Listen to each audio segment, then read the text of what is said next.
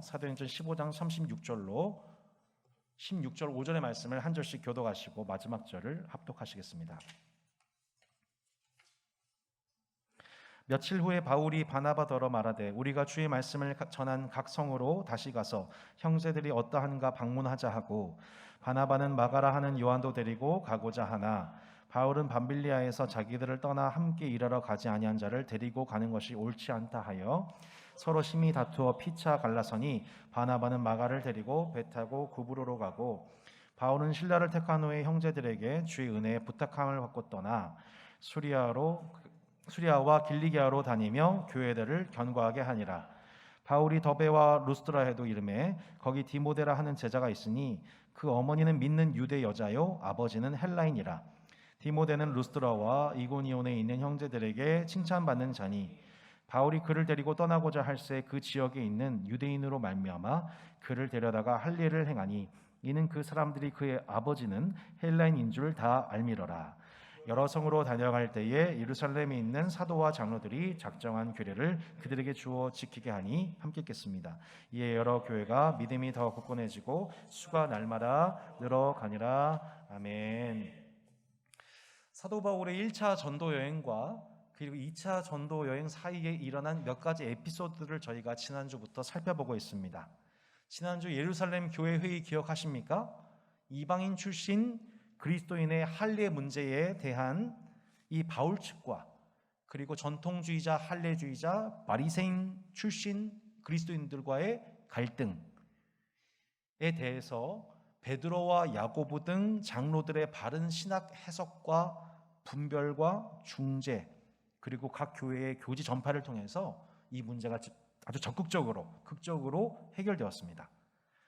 그래서 이 예루살렘 교회나 이방인 중심의 안디옥 교회나 기타 여러 교회들은 하나의 믿음 안에 세워져 있는 한 교회임이, 공교회임이 드러나는 아주 뜻깊은 시간이었죠. 그런데 이러한 교회의 연합 분위기, 해빙 무드 속에서 예상치 못한 일이 오늘 일어납니다. 바울과 바나바 사이에 큰 다툼이 일어난 거예요. 전도 여행 도중에 그들을 떠난 마가를 2차 전도 여행에 함께 동참시키겠다라고 하는 바나바와 동참하는 것 안 된다라고 얘기하는 바울 사이에 이 이견이 좁혀지지 않아 큰 다툼이 일어나게 되고 결국은 갈라서게 된 아픈 일이었습니다. 지금 온 교회가 예루살렘 교회 회의를 통해서 하나가 되었는데, 지금 바울과 바나바라고 하는 두 선교사 사이에 이 다툼이 일어나는 아주 분위기에 어울리지 않는 에피소드가 지금 이 사도행전 한복판에서 기록되고 있는 거예요. 참 당황스럽습니다. 제가 한 주간 이 본문 말씀을 묵상할수록 참 놀랍다. 이러한 이 바울과 바나바의 연약함을 뛰어넘는 하나님의 은혜와 섭리가 이 사도행전 이 오늘 읽은 15장과 16장 말씀 이후로 극적으로 나타나는 것을 보게 되기 때문입니다. 1차 전도 여행의 은혜를 뛰어넘는 2차 전도 여행의 grace up, amen, grace up이 이루어지는 과정이었습니다. 이게 맞는 표현인지 모르겠습니다만, 제가 그래서 단어를 좀 조합을 해봤습니다. 제가 이게 단어 조합한 거 참 좋아하거든요. 우리가 업그레이드라는 말을 많이 쓰잖아요. 이 업그레이드라는 말처럼 하나님은 업그레이스의 하나님이십니다. 벌써 은혜 다 받으셨네요. 여러분, 하나님이 어떻게 업그레이스 하십니까? 첫 번째는 업루트. 이렇게 원장 선생님 앞에서 지금 이렇게 교장 선생님 앞에서 제가 영어를 하려니까 너무 긴장이 됩니다. 뿌리를 뽑으시는 은혜입니다. 첫 번째 하나님의 업그레이스 은혜는 뿌리를 뽑으시는 하나님의 은혜입니다. 여러분, 바울의 입장에서 지난 10년 동안 가장 큰 도움을 줬던 사람이 누구예요? 바나바예요. 교회를 박해했던 사울의 과거에도 불구하고 예루살렘 교회로부터 신망을 얻을 수 있도록 동분서주했던 사람이 바로 바나바예요. 게다가 안디옥 교회의 담임 목회자이면서 그 수많은 주님을 따르게 된 이방인들에 대해서 교사로 사울을 천구하고 청빙한 사람 누굽니까? 바나바입니다. 보증이 된 사람이에요.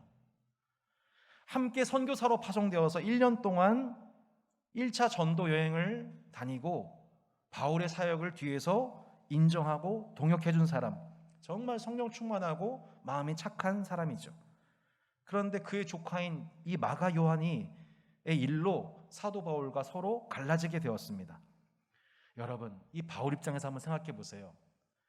자신에게 둘도 없는 사랑의 빛을 진 이 자신의 인생의 큰 우산과도 같은 사람, 누구예요? 바나바입니다. 10년 동안 이 바나바의 그늘 안에서 바울이 보호받고 이렇게 클 수가 있었던 거죠. 근데 그 바나바와 헤어지게 된 거예요, 갑자기. 여러분, 구약 여호수아서 말씀해 보면 1장 1절에 이렇게 나옵니다. 여호와의 종 모세가 죽은 후에 여호와께서 모세 수종자 눈의 아들 여호수아에게 말씀하여 이르시되, 모세가 누굽니까? 애굽으로부터 이스라엘 백성 200만 명을 이끌고 나온 불세출의 지도자입니다. 40년 동안 그 많고 많은 에피소드들과 백성들의 원망을 다 끌어안고 그들을 온유함으로 사랑하고 그들을 광야에서 인도하여 마침내 가나안 입성 코앞까지 인도한 지도자예요. 근데 하나님께서 갑자기 그를 데려가신 거예요. 그는 여전히 눈이 쇠하지 않았어요. 여전히 몸에 힘이 있었어요.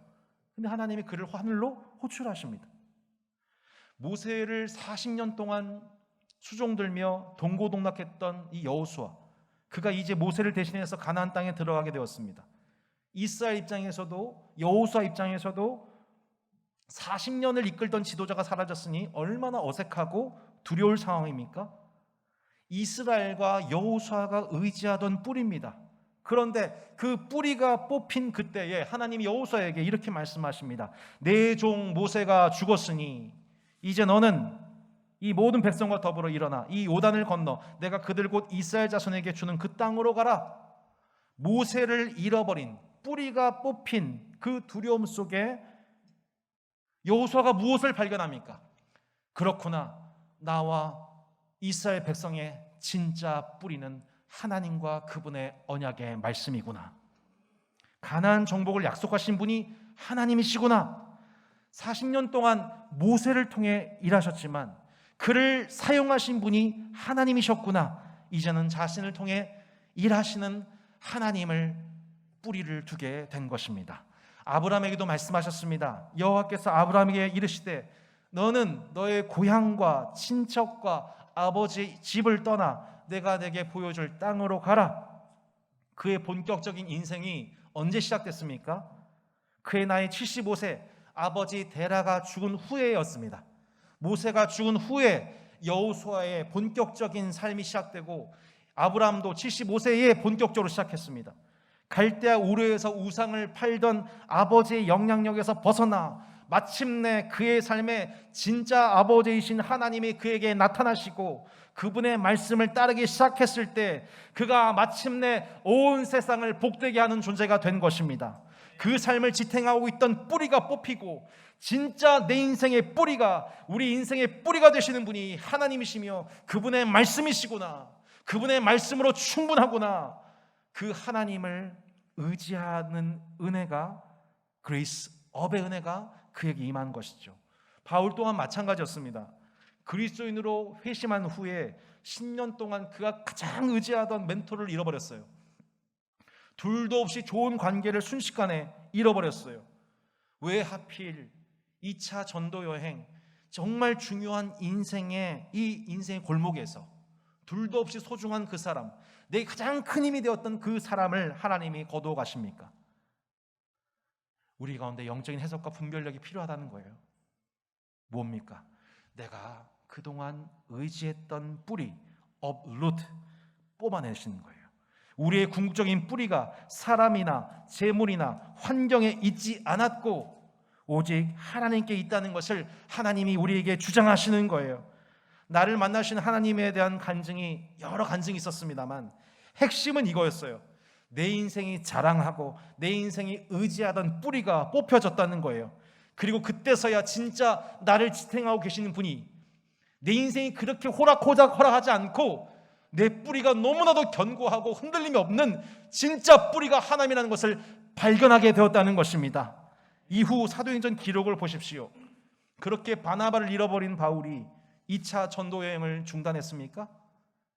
그 여행이 바나바가 없음으로 부족했습니까? 그가 낙심해서 선교 사역을 중단했습니까? 아닙니다. 5차까지 갔어요. 로마인과 유대인들이 그를 말리고 때리고 감옥에 갇혔지만 감옥에서도 복음을 전합니다. 여러분, 모세가 떠났다고 여호수아가 낙심해서 가나안 입성을 중단했나요? 모세가 홍해를 건너듯 그도 요단강을 믿음으로 건넜습니다. 12지파에게 약속하신 모든 땅을 마침내 유업으로 받는 것을 보게 하셨습니다. 우리 인생이 의지하던 뿌리가 하나 둘씩 뽑혀질 때마다 내 인생에 대한 두려움이 몰려옵니다. 아이쿠, 어떡하지? 큰일이다. 여러분, 걱정 마십시오. 바로 그때가 업그레이스, 더 큰 은혜가 임하는 순간입니다. 내 인생의 진짜 뿌리가 하나님께 있다는 것을 재확인하고 고난 중에서 오히려 평안을 누리게 되는 은혜인 것입니다. 성도 여러분, 업루트, 하나님 외에 의지하던 인생의 뿌리들이 뽑혀져 가는 것을 볼 때에 그 순간 느껴지는 두려움에 함몰되는 것이 아니라 그 두려움 속에서 진짜 나를 붙들고 있는 참 뿌리가 되시는 하나님과 그분의 영원한 하나님의 언약을 붙잡는 은혜의 업그레이스가 있기를 주의 이름으로 축복합니다. 두 번째, 하나님께서 어떻게 바울의 삶에 업그레이스 하셨습니까? 만남의 업데이트를 통해 하나님의 일을 지속하게 하셨습니다. 여러분, 최근에 전 세계 축구 덕후들이 아주 열광을 하고 있습니다. 왜 그랬을까요? 날마다 업데이트되는 이 이적시장 소식 때문에 그래요. 저만 그랬나요? 형제님? 안 그런 척 하지 마세요. 제발. 특별히 이 손흥민이 속한 토트넘 축구 팬들이 열광을 했어요. 알고 봤더니 이 전 유벤투스 단장이었던 파라티치라고 하는 단장을 영입하게 되는데, 이분이 팀에 필요한 적절한 선수들을 너무 잘 영입해서 올해 성적을 기대하게 되는 거예요. 2차 전도 여행을 앞두고 하나님께서 전도팀을 업데이트 하셨습니다. 그 멤버가 누군가요? 실라, 디모데, 누가였습니다. 바울, 실라, 디모데, 누가, 이 네 사람 위주로 전도팀이 모집이 된 것입니다. 여러분, 실라가 누굴까요? 예루살렘 교회의 선지자입니다. 예루살렘 교회 회의의 결과를 당시 안디옥 등 이방인 중심 교회들에게 그 교지를 전달하고 그들을 가르쳤던 사람, 바로 실라입니다. 예루살렘 교회에서 아주 인정받던 선지자예요. 그는 바울과 같이 로마 시민권자를 가진 사람이었습니다. 여러분, 우리가 좀 있으면 보게 되는데 2차 전도팀이 처음 들어가게 된 도시가 어디냐면 빌립보라는 곳입니다. 복음을 전하다가 이 사도 바울 일행이, 바울과 실라가 감옥에 갇히게 되죠. 그때 등장하는 그 유명한 이야기가 감옥에서 찬송할 때 옥문이 무너진 기적, 바로 그때 찬송했던 사람, 바울과 실라였습니다. 이 사람들이 감옥에서 풀려나게 됐었을 때 두 사람은 싱거울 정도로 곧 풀려나게 됩니다. 왜 그랬느냐? 바울과 실라도 로마 시민권을 가진 유대인들이었기 때문입니다. 이렇게 하나님은 바울과 더불어 실라, 이 로마 시민권자를 가진 실라라는 사람을 업데이트 하심을 통하여서 그들의 사역의 위기 가운데에 형통할 수 있는, 위기를 벗어날 수 있는 하나님의 사람을 예비하셨다는 것을 우리는 곧 보게 되는 것입니다.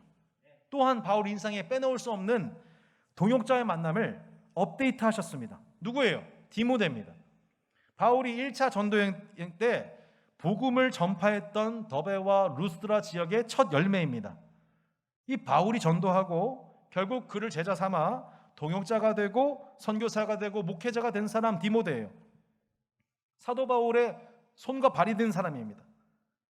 16장 1절에서 보듯이 이 디모데는 독특한 출생 배경이 있는데, 어머니는 유대인 출신이시고 아버지는 헬라인 출신입니다. 이러한 디모데의 독특한 태생이 지닌 탁월한 장점이 무엇입니까? 디모데는 유대인 문화도 이해하면서 동시에 헬라인 문화에도 능통한 양겸을 지닌 선교사 후보생으로서 탁월한 출생 배경을 갖고 있었던 사람인 것입니다. 마지막으로 누가를 보게 되죠. 자, 누가에 대해서 16장 10절 말씀에 이렇게 나옵니다. 바울이 그 환상을 보았을 때 우리가 곧 마게도냐로 떠나기를 힘쓰니, 갑자기 사도행전의 인칭이 그들 3인칭이 아니라 갑자기 2인칭 우리로 바뀌게 됩니다. 무슨 말입니까? 이 사도행전의 저자인 누가가 우리라는 표현을 쓴 것이죠. 사도행전 16장부터 사도행전의 저자인 누가가 이 2차 전도 여행팀에 속하여 다니게 되었다는 겁니다. 누가는 누굽니까? 신약성경 전체 3분의 1을 쓸 만큼 초대 기독교, 이 초대 교회와 또한 사도 바울의 전도 행전을 연구한 역사가입니다. 그것을 보고 기록한 역사가예요. 그는 의사입니다. 종합병원이라는 별명이 불릴 만큼 병이 많았던 바울 옆에서 평생 그를 치료해주고 감옥에서까지 함께 준 사람입니다. 바로 이 2차 전도 여행, 자기의 몸을 돌보지 않고 사역하는 사도 바울에게 이 몸 건강에 리스크가 많아진 때부터 하나님은 절묘하게 누가와의 만남을 통하여서 만남의 업데이트를 통해 바울에게 업그레이스의 은혜를 베풀어 주셨던 것입니다. 여러분, 다산 신도시 한복판, 이 잃어버린 자들에게 하나님 나라를 전파하기 위해서, 그리고 점점 전통화되어 다음 세대를 잃어버리고 있는 한국교회의 대안이 되기 위해서 다산교회를 이곳에 세우셨습니다. 그리고 그 과정 속에 하나님 정말 때에 맞게 동역자 한 분 한 분 한 분을 세워주고 계십니다. 왜 신라인지, 왜 디모데인지, 왜 누가인지 그때는 보이지 않아요. 처음에는 몰라요. 하지만 시간이 갈수록 서광처럼 비춰오는 하나님의 영광이 그 동역자를 통해 나타나게 된다는 것입니다. 하나님 앞에 동역자 주심을 믿음으로 감사하기를 바랍니다. 바울이 가장 큰 위험에 처했을 때 함께 찬송 부르며 독려했던 실라, 바울의 평생 동역자가 되어서 그의 분신처럼 사역했던 디모데, 바울이 병들고 지칠 때마다 그의 몸과 마음을 치료해주고 그의 일거수일투족 지켜보며 성령의 역사를 기록한 누가, 이 동역자 한 사람 한 사람을 깨알같이 예비하신 업데이트의 하나님, 그분이 우리에게 업그레이스의 은혜를 베풀어 주고 계신 것입니다. 여러분, 이런 은혜는 바울의 전도팀에만 임한 것은 아닙니다. 바나바와 마가 요한도 마찬가지입니다.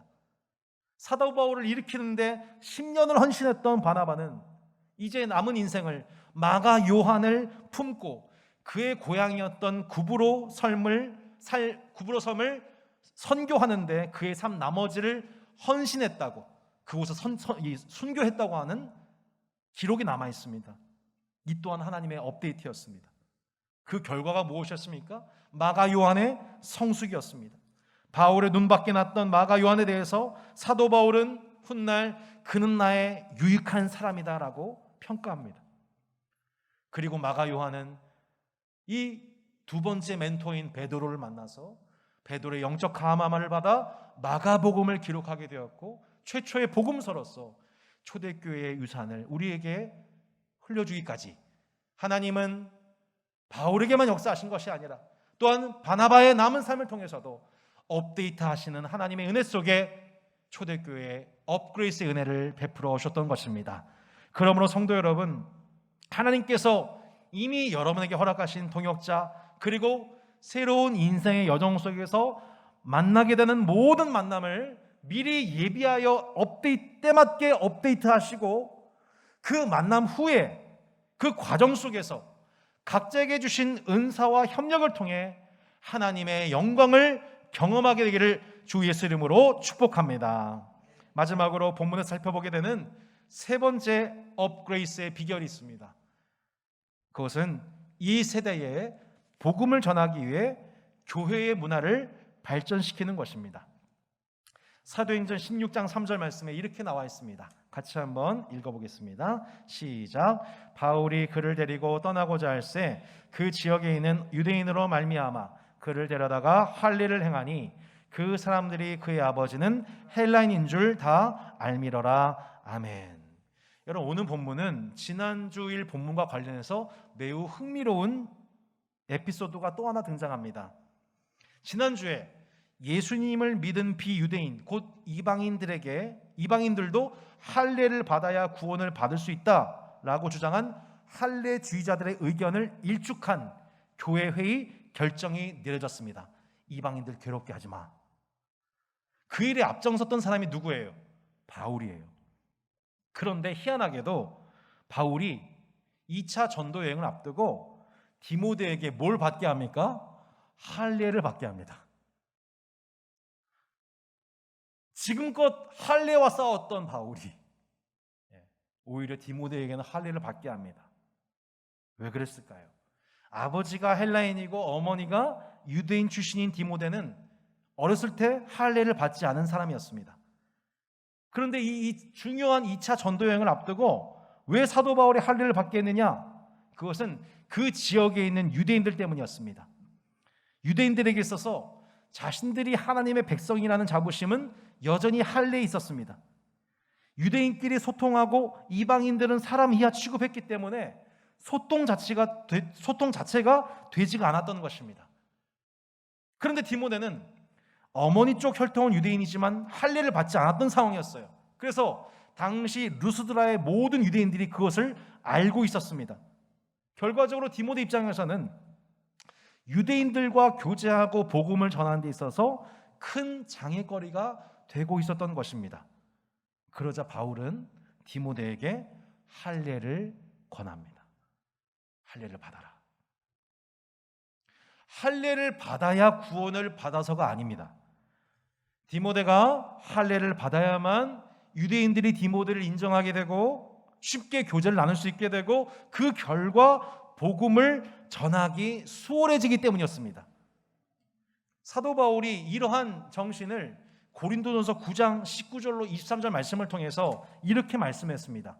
좀 길지만 쉬운 성경을 한번 읽어보겠습니다. 나는 자유인이며 어느 누구에게도 매여 있지 않습니다. 그러나 나는 되도록 많은 사람을 얻기 위해 스스로 많은 사람의 종이 되었습니다. 유대인들에게는 유대인들을 얻고자 유대인처럼 되었습니다. 율법 아래 있는 사람들을 대할 때는 비록 나 자신은 율법 아래 있지 않지만 그들을 얻기 위해 율법 아래 있는 사람처럼 되었습니다. 율법 없는 사람들에게는 비록 나 자신은 하나님의 율법을 떠난 사람이 아니라 그리스도의 율법 아래 있는 사람이지만 율법 없는 사람들을 얻기 위해 율법 없는 사람처럼 되었습니다. 믿음이 약한 사람들에게는 약한 사람들을 얻기 위해서 약한 사람이 되었습니다. 내가 모든 사람들에게 그들과 같이 된 것은 아무쪼록 모든 방법을 다하여 그들 중에 몇 사람이라도 구원하기 위해서였습니다. 나는 같이 한번 읽어볼까요? 나는 복음이 주는 복에 참여하기 위해 복음을 전하는 일이라면 무슨 일이든 하고 있습니다. 아멘. 여러분, 전도 여행을 앞두고 있는 바울과 일행들에게 있어서 가장 중요한 본질이 무엇이었습니까? 복음을 전하는 것이었습니다. 그 복음 전파의 대상이 유대인이면 유대인의 눈높이에 맞추고 이방인이면 이방인의 눈높이에 맞추는 거예요. 그 사도행전에서 보면 사도 바울이 설교할 때 유대인들에게 설교할 때는 구약 말씀을 가지고 설교를 하고 이방인에게 설교할 때는 그 당시 사람들 누구나 이해할 수 있는 문화를 가지고 설교하는 것을 보게 됩니다. 목적은 하나예요. 그들 중 아무쪼록 한 사람이라도 구원하기 위해서. 요즘 전 세계에서 손흥민 모르는 사람 없죠. BTS 모르는 사람 없습니다. 교회를 다녔건 안 다녔건 한국 사람 입장에서 세계와 소통하는데 이만한 키워드가 없어요. 제가 노종희 집사님께서 단장으로 계시는 별내 미션 FC를 통해서 정말 느낀 것이 많습니다. 정말 축구를 통해서 제가 요즘 어디 목사라고 하면은 세상의 시민분, 일반 분들과 교제하기가 힘들어요. 목사에 대한 교회에 대한 편견이 얼마나 심한지 경계 대상 1호예요. 근데 제가 별내 미션 FC 유니폼을 딱 입고 뛰면요 모든 게 다 잊혀지고 그 거기에 있는 수십 명의 사람들과 함께 친해지는데 불과 10분이 그 마음의 벽이 무너지는데 10분이 걸리지는 않습니다. 믿어주시기 바랍니다. 여러분, 축구를 통해서 얼마나 많은 일반인 분들과 소통하고 그 마음을 얻게 되고 또 그러면서 교회 얘기를 하게 되는 얼마나 유익한 통로인지를 정말 뼈저리게 경험하고 있습니다. 이건 농구도 마찬가지예요. 일반 조기 축구와는 다르게 각 회원들이 토요일 가족들과 시간을 보내기 위해서 오전 일찍 시간을 갖고 술 문화, 밥 문화 없이 빨리 해산시키는 탁월한 문화를 가지고 있습니다. 물론 처음 몇 주는 집에 가자마자 뻗게 되는 점을 양해 구합니다. 지금 많은 회원들의 아내분들께서 피드 배우셨는데 조금만 더 기다려주시길 바라겠습니다. 좋은 날이 올 것입니다. 여러분, 다산다산 교회가 아프간 난민들, 이디오피아 이재민들을 생각하면서 화목 기도를 통해 기도하는 것, 굿 네이버스 등과의 동역을 통해서 강도 만난 이웃을 돕는 따스한 문화를 만들어가는 것도 결국 현 시대와 소통하며 세상보다 더 탁월한 교회 문화를 만들어가는 노력의 일환인 것입니다. 여러분, 할례가 사람의 구원과는 전혀 상관이 없다는 교회 회의가 내려진 직후에 오히려 바울은 디모데에게 너 할례를 받아라 라고 얘기를 해요. 왜요? 디모데의 구원이 아니라 루스드라 유대인들의 구원을 위해서였습니다. 그렇다면 성도 여러분, 우리 그리스도인들의 삶의 모든 목적은 무엇입니까? 아무쪼록 한 사람이라도 구원을 얻기 위해서 그 대상들에 위한 스스로 종이 되는 삶입니다. 다시 한번 정리합니다. 한 사람의 구원을 위해서 스스로 종이 되는 삶입니다. 사도 바울은 유대이면서 동시에 로마 시민권자였습니다. 그들의 눈높이에 맞춰서 복음을 전하면서 고난당했습니다. 때로 그는 텐트 메이커로서 생계를 해결하며 복음을 전했습니다. 왜요? 한 사람을 얻기 위해, 아무쪼록 한 사람에도 구원 얻기 위하여. 여러분, 그렇다면 우리의 삶은 저절로 해석됩니다. 우리 각자에게 허락하신 지난날의 성장 배경과 모든 결과는 결국 우리와 동시대 동일 문화를 경험한 자들에게 복음을 전하기 위해 주신 은사들인 줄로 믿으시기 바랍니다. 할렐루야. 여러분의 이 모든 하나하나를 주신 이유가 있어요. 동시대 사람들과 소통하라고, 문화를 통해 소통하고 그들 그 문화를 통하여서 그들에게 복음을 전하기 위해서 하나님이 여러분 각자에게 배경과 은사와 지식을 허락해 주신 것입니다. 하나님이신 예수님이 왜 하늘의 영광을 버리시고 이 땅에 인간의 몸을 입고 오셨습니까? 사람을 얻기 위해서였습니다. 사람을 구원하기 위해서였습니다. 예수님도 세상 문화를 통해 사람과 소통하셨습니다. 그분은 우주인이 아니었어요. 유대인의 혈통에서 나셨습니다. 그분은 목수로 일하셨습니다. 아람어를 활용하셨습니다. 그분은 유대인의 문화를 깨뜨리고 사마리아 여인에게 다가가셨습니다. 그들이 상종하지 않는 창녀와 세리와 죄인들, 당시 여성과 어린아이들을 그들과 대화하며 그들을 손님 대접하듯 맞이하셨습니다. 환대하셨습니다. 이렇게 우리 예수님은 세상 문화 위에 계신 분이셨습니다.